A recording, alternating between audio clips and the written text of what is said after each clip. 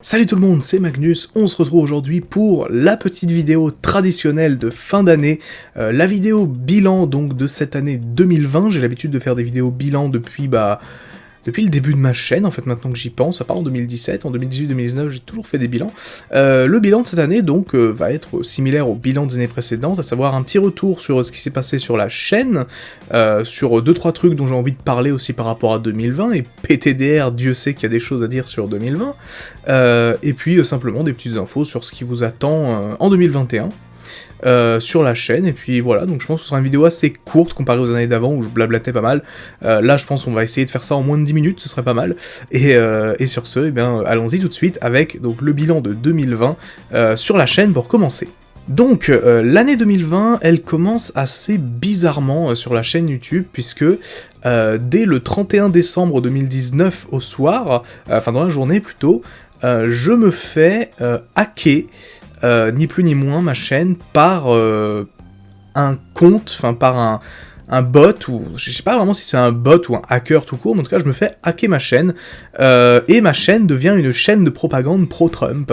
Alors, au-delà du fait que, bon, bah, Donald Trump PTDR, hein, genre, je m'étendrai pas sur ce personnage, mais on m'a basiquement hacké ma chaîne, et donc ma chaîne diffusait des vidéos de propagande type Fox News, ce genre de choses. La chaîne, du coup, avait été renommée en Trump 2020, avec Trump en photo de profil et Sean Hannity, donc un présentateur je crois de Fox News, en bannière, donc franchement une sensation très cool.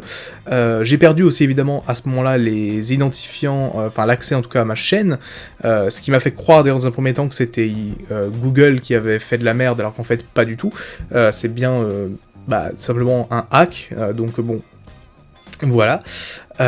Bref, du coup, j'ai perdu plus d'un mois sur la chaîne YouTube à cause de ça, puisque j'avais des vidéos qui devaient sortir en janvier qui du coup ne sont jamais sorties à ce moment-là.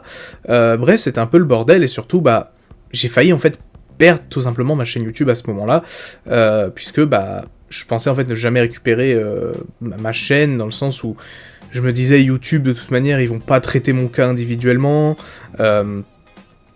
pourquoi est-ce qu'il traiterait mon cas plus qu'un autre?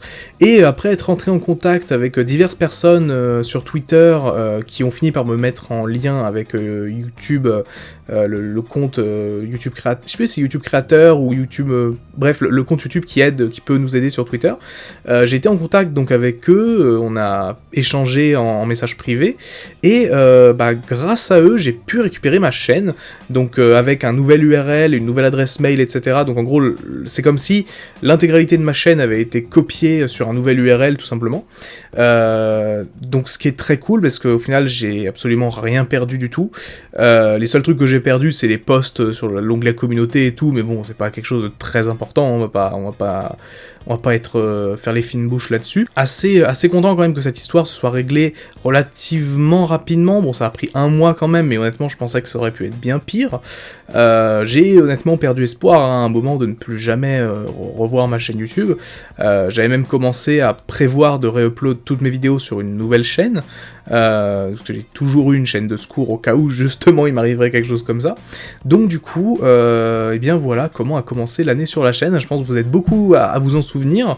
Paradoxalement, le nombre d'abonnés a pas pris si cher que ça, dans le sens où on était, je crois, à 11 000 et quelques, on avait dû perdre en tout genre 700 abonnés, quelque chose comme ça, donc honnêtement, ça va, vous êtes resté fidèle à la chaîne, même si elle diffusait du contenu pro-Trump, ça c'est, voilà. Je me souviens d'ailleurs que le pire pendant le hack, le pire en fait quand on se fait hacker, c'est les gens qui pensent que c'est véritablement un changement de direction pour ma chaîne, c'est-à-dire que y a des gens qui pensaient vraiment que je diffusais volontairement du contenu pro-Trump, qu'en fait j'étais un supporter de Donald Trump ou ce genre de choses, et ça en fait ça m'a vraiment fait de la peine, parce que bon, certes, faut pas être un génie non plus pour se douter que c'est un hack, mais sur le moment c'est vrai que ça peut paraître bizarre, et peut-être qu'il y a quelques années, peut-être qu'en étant plus jeune, j'aurais cru à quelque chose comme ça. Mine de rien, ça n'avait pas été facile, très honnêtement. Ceux qui me suivent sur Twitter le savent bien, mine de rien, c'était 3 ans de boulot qui partaient en fumée, donc assez difficile. Heureusement, tout ça a pu s'arranger, et au final, ça n'a fait que décaler en fait la sortie de certaines vidéos que j'avais prévues en janvier, donc du coup, l'année sur la chaîne a véritablement commencé en février. Et justement, en février, j'ai pu publier l'une des vidéos qui me tenait le plus à cœur, à savoir Transformers, l'histoire de la licence, donc qui est en gros une espèce de grosse rétrospective de toute l'histoire de la licence Transformers, une sorte de vidéo un petit peu référence pour ma chaîne, une vidéo qui sert d'ailleurs de bande-annonce pour ma chaîne, pour les gens qui tomberaient dessus par hasard, puisque c'est grosso modo une sorte de mini-documentaire, bon j'ai pas la prétention de dire que c'est un documentaire, mais voilà, un petit quelque chose de 30 minutes, qui résume, grosso merdo, toute l'histoire de la licence, et je pense que c'est un peu une vidéo essentielle quand on connaît pas grand chose à Transformers et qu'on a envie de savoir un maximum de choses en un minimum de temps, et vu les retours plutôt très positifs que j'ai eu, je pense que la mission a été plutôt accomplie à ce niveau-là, donc je suis assez content, et donc voilà, pour cette vidéo-là. Après bien sûr il y a eu le confinement, mais ça on en reparlera dans la partie 2020 en dehors de la chaîne YouTube, mais voilà, globalement, l'année a finalement, après cette histoire de hack, été relativement classique sur la chaîne, avec des focus, des analyses, des théories, le retour, la fameuse suite de la vidéo 3 théories sur Transformers, mine de rien, et puis après des vidéos tout à fait classiques et qui ont été plutôt bien reçues. J'ai fait du coup quelques petites stats donc, que j'ai sur mon téléphone, voilà, donc pour simplement les vidéos les plus vues de l'année, je sais que ça intéresse peut-être des gens, donc allons-y. La vidéo la plus vue de l'année, donc au moment où j'enregistre la vidéo, hein, c'est-à-dire le 17 décembre, parce que j'enregistre pas mal à l'avance pour le coup, la vidéo la plus vue aujourd'hui, au moment où je vous parle, c'est la vidéo, et c'est assez surprenant d'ailleurs, le focus sur les Decepticons méconnus dans les films. Alors je sais que parler des films, ça stonks beaucoup, mais à ce point-là, quand même, je pensais pas. Donc une vidéo sur les Decepticons un peu méconnus dans les films de Michael Bay, eh bien, ça fait 18 000 vues. À retenir pour quand je ferai la partie Autobots, sans doute du coup, un an du coup après celle sur les Decepticons, s'il y a moyen que je fasse ça. Puisque, voilà, ça semble vous intéresser. Ensuite, évidemment, le focus sur Soundwave, qui a fait 17 000 vues, et qui, était plus ou moins prévisible, enfin, c'était plus ou moins prévisible, hein, dans le sens où, Soundwave, c'est un des top 5 des personnages les plus connus, peut-être, de la licence, donc c'est logique qu'il fasse autant de vues. Ensuite, le focus sur Optimus Prime des films, pareil, aucune surprise, très honnêtement. Voilà, on parle d'un personnage, du personnage principal de la licence et de sa version des films, donc encore une fois, ça a intéressé plein de monde, et je suis très content d'ailleurs des retours que j'avais eu sous cette vidéo, puisque, ça m'encourage justement à refaire d'autres vidéos où je parle justement d'une version en particulier d'un personnage. Vous verrez notamment quelle version j'ai sélectionnée d'ici quelques mois, je pense, pour Megatron. Ce sera assez intéressant, je pense. Ensuite, du coup, Transformers, l'histoire de la licence, justement, je suis assez content que cette vidéo ait fait pas mal de vues aussi, donc 16 000 vues. Et enfin, pourquoi Transformers 5 est si mauvais, la vidéo un petit peu, je vais pas dire troll, mais voilà, une vidéo que je voulais faire depuis très longtemps et qui est venue un peu boucler la boucle de ma haine par rapport à Transformers 5. Donc voilà, évidemment, on parle des films sur YouTube, ça fait des vues, et donc, en l'occurrence, 16 000 vues également. Donc voilà pour l'aspect un petit peu statistique. Cette année, du coup, on aura passé les 12 000 et les 13 000 abonnés. Donc, mine de rien, c'est des paliers plutôt sympas.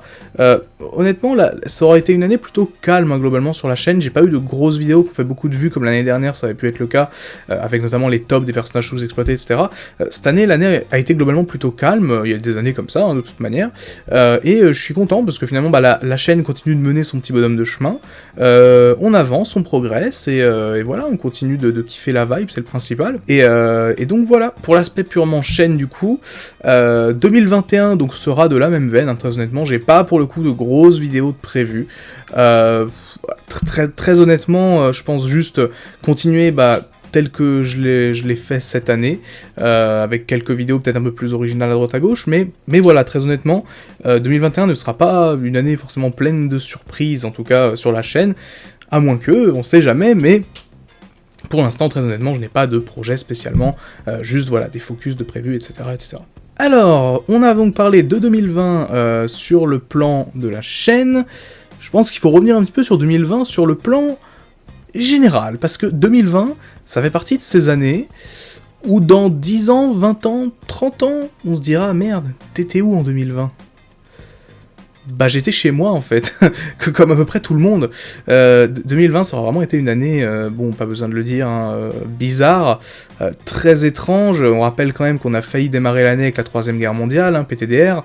On rappelle ce qui s'est passé entre les États-Unis et l'Iran, les hashtags World War III sur Twitter, un des meilleurs arcs de Twitter d'ailleurs au passage, hein, vraiment j'étais pété de rire à ce moment-là, mais bon c'était quand même assez compliqué. Hein, comme période, on va pas se mentir.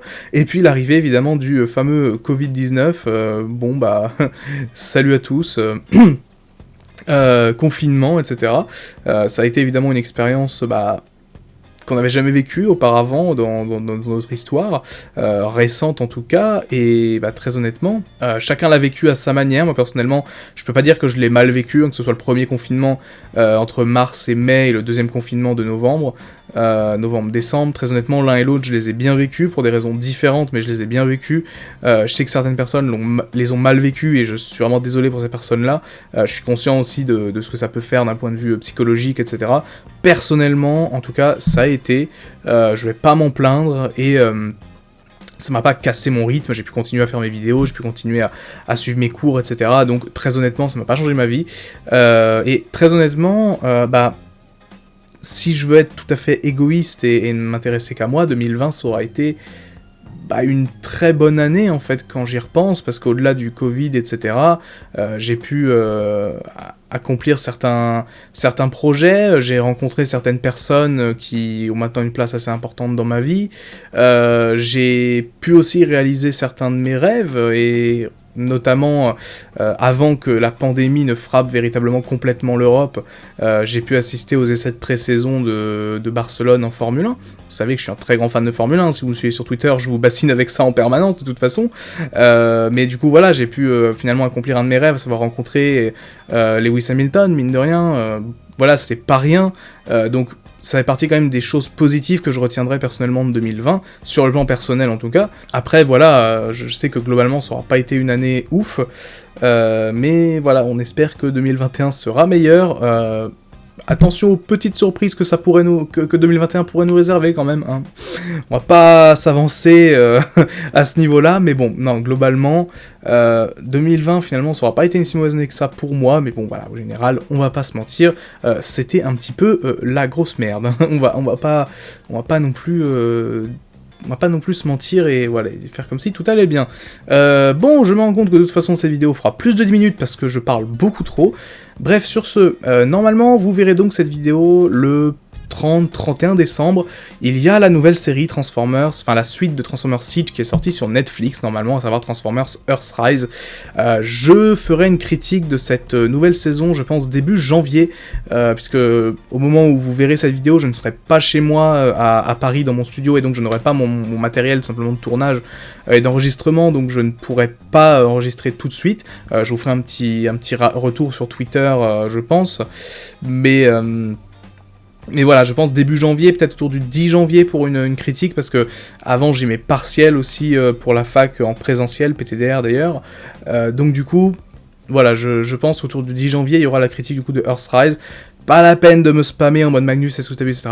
J'ai vu, je suis au courant que la suite de War for Cybertron sort donc le 30 décembre, mais je pourrais pas faire la critique tout de suite, voilà, c'est tout ce que je voulais vous dire. Bref, sur ce, passez de bonnes fêtes, bonne année 2021 à tous, en espérant qu'elle soit meilleure que 2020.